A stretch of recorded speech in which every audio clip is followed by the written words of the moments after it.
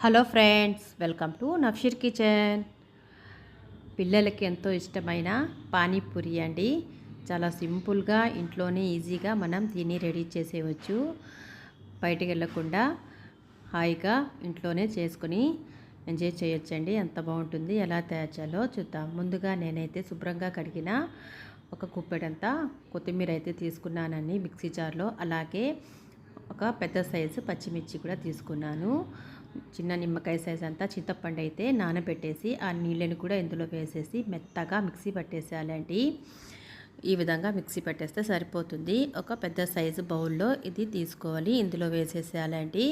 వేసినాక 700 ml వరకు water అనేది వేసుకోవాలి. నేను చెప్పిన క్వాంటిటీ అయితే కరెక్ట్గా ఉంటుందండి.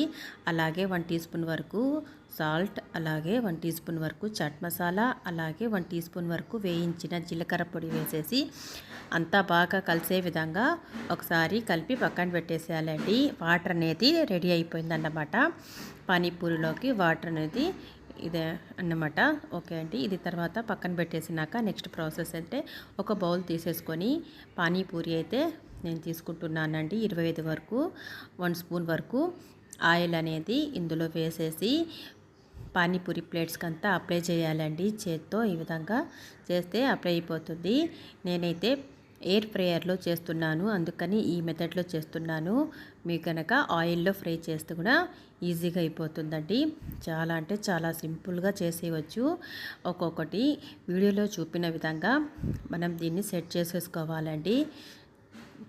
చూసారు కదా, ఈ విధంగా సెట్ చేసుకున్న తర్వాత మనం దీంట్లో ఇప్పుడు ఎయిర్ ఫ్రైయర్లో ఎలా ఫ్రై చేయాలో చూద్దాం. ముందుగా నేనైతే ప్రీ హీట్ అయితే చేసుకున్నానండి. ఇది వచ్చి 160 degrees 5 minutes వరకు ఫ్రై చేసుకున్నాను. 5 minutes సరిపోతుందండి.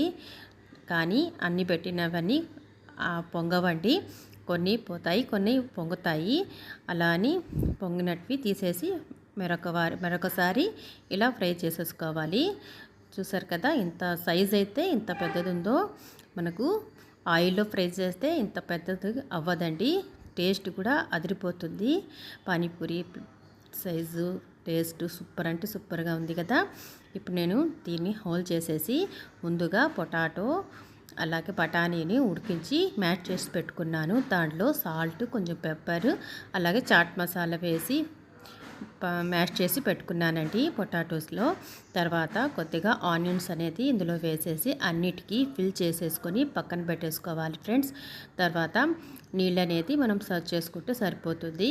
చాలా ఈజీ కదా. ఇంకెందుకు ఆలస్యం, మీరు కూడా ఒకసారి ట్రై చేసి చూడండి, మీకు కూడా నచ్చుతుంది. నా వీడియో కనుక నచ్చినట్లయితే తప్పకుండా లైక్, షేర్, సబ్స్క్రైబ్ చేయండి. పక్కనే ఉన్న బెల్ ఐకాన్ని క్లిక్ చేయండి. అప్పుడే నేను అప్లోడ్ చేసే కొత్త వీడియో నోటిఫికేషన్ ద్వారా చూడగలరు.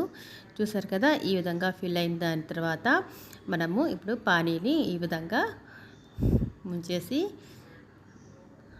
హాయిగా సర్వ్ చేసుకోవడమే. చాలా అంటే చాలా టేస్టీగా ఉంది. మీరు కూడా ట్రై చేయండి. ఈ వీడియో నచ్చినట్లయితే లైక్. Thank you.